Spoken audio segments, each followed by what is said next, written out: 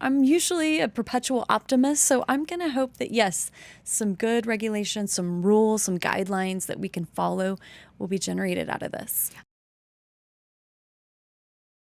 One of the other things I wanted to talk to you today about, we have talked in this show a lot about the way that the SEC seems to be trying to regulate through enforcement. So a lot of people in the space have been asking for clarity, right? So tell us how to meet the standards so that we are in the right place with the SEC's guidelines. But what we've been seeing along the way is a lot of crackdowns for missteps, right? So Coinbase and Kraken and Gemini and Binance, they're all facing action by the SEC. And it's had a real chilling effect on the space, because it's like, if you've got a minefield and you don't know where the mines are, you don't want to step in it because you don't want to be accidentally blown up.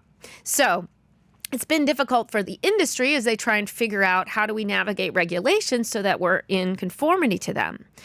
Well, it sounds like the House of Representatives has taken notice of this and they are stepping in.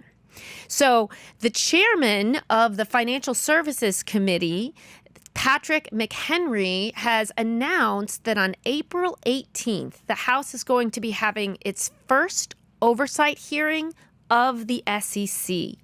And the chairman says that they are going to be looking particularly at the SEC's approach to digital assets.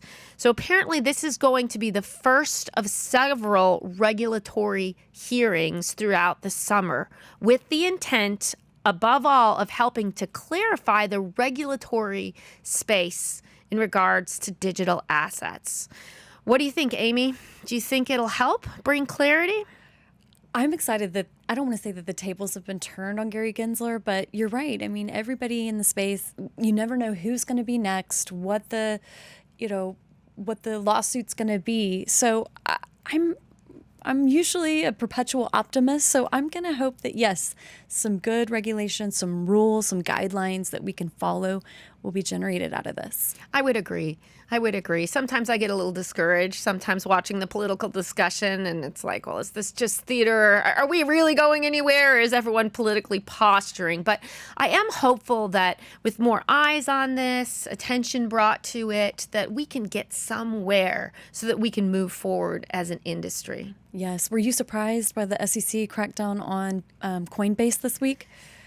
Yes and no. I mean, these things are happening in so many different ways, so many different places. And, before these crackdowns, there was a lot of hope in the industry that the SEC would approve a spot ETF, which is backed 1-to-1 with Bitcoin. And in the past, when the gold spot ETF was approved, the price of gold skyrocketed. And so there were a lot of people in the space that were really excited about an ETF that was spot. We had one that was approved that was a futures, but that's a little bit more manipulable. And so everybody wanted the spot one. And it's just been continually refused. And so that's been disheartening, that there doesn't seem to be a way forward to be able to be in the good graces of the SEC so that we can move forward in conformity with whatever regulations there are for us. So I'm excited. I'm hopeful. And it'll be really interesting to watch these hearings. Yes, it will. And I think even CZ was very surprised by this about move from the SEC. Yes. Hey, it's Amy. Click over here to subscribe. Click over here for more content. And we'll see you next time.